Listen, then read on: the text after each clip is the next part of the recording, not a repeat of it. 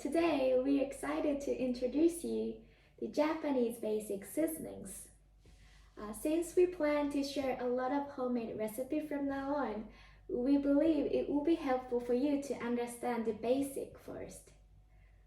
We explain according to the 5 tastes: salty, sweet, sour, bitter, and umami.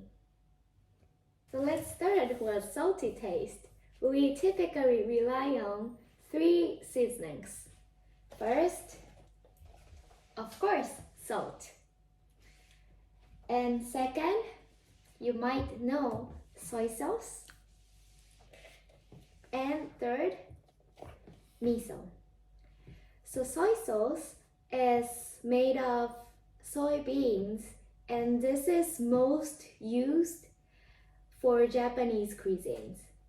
And miso is salty bean paste, and you can use this mainly for miso soup, but this is also used to cook the other dishes as well. Like I use almost every day soy sauce. And miso, it depends. Yes, Kikkoman is known as the soy sauce company, and I would say the soy sauce from Kikkoman is widely distributed in supermarket. So next is sweet taste. So we rely on 2 seasonings basically. First, of course, sugar. And second, it's called Mirin in Japanese. Mirin is made by fermenting and aging rice and brewing alcohol. That is why we call it sweet sake. So this one is a combination of sweet taste and cooking alcohol, and it gives the taste of sweetness. And you can use mirin or sugar separately or combined together depending on the recipes. This mirin says it's include 14% of alcohol. There is the 2 type of mirin. One is called home mirin. Direct translation is true mirin. Mirin fuchomiyo includes less alcohol, making it affordable but slightly weak flavor. So I personally prefer to go for home mirin instead of mirin fuchomiyo. The next, the sour taste.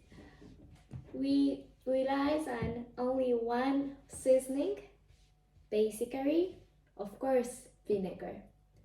And we use Japanese vinegar since we used to the taste of Japanese vinegar, but I think it's also fine to use the Chinese or Korean or European another type of vinegar. And we use vinegar, of course, for sushi or the dressing for salad. Next, bitter taste. Bitter taste, I think the coffee is most well known, but for Japanese, traditionally, we prefer tea, green tea for bitter taste.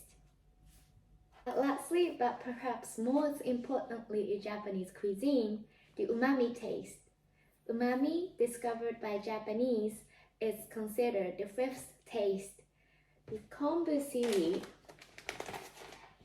is a key ingredient for making this umami taste in Japanese cooking.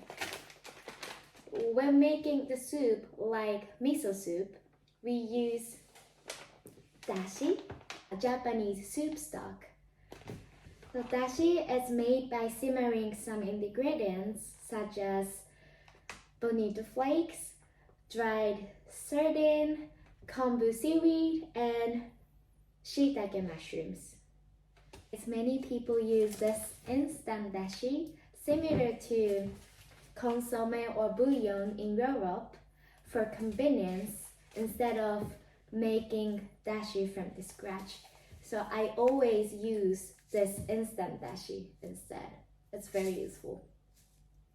If you are curious what dashi exactly seems like, we open the dashi a bit. It's also sort of instant dashi, but if you can see, it smells like dried fish and seaweed, I would say. So finally, there is the cooking sake. Cooking sake is used in various situations and serves to connect these 5 tastes we introduced.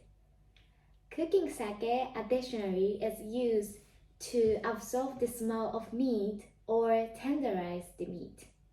For example, this Mentsuyu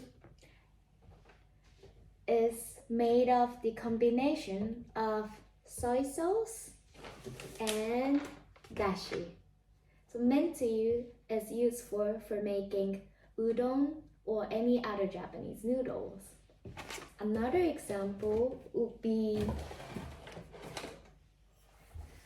Ponzu is made of the combination of soy sauce and the vinegar. We use ponzu for making Japanese hot pot. And lastly, we have okonomiyaki sauce and takoyaki sauce for making takoyaki or okonomiyaki. These sauce increase the 5 tastes with some specific spiciness. It's really tasty. When making a Japanese cuisine, there is something called golden ratio. Golden ratio includes the mixing of soy sauce, mirin, and sake. The ratio is 1:1:1. If you are ever unsure, please give it a try. How was it? If you have any questions, please let us know through your comments. Let's continue to enjoy home Japanese cooking. See you soon!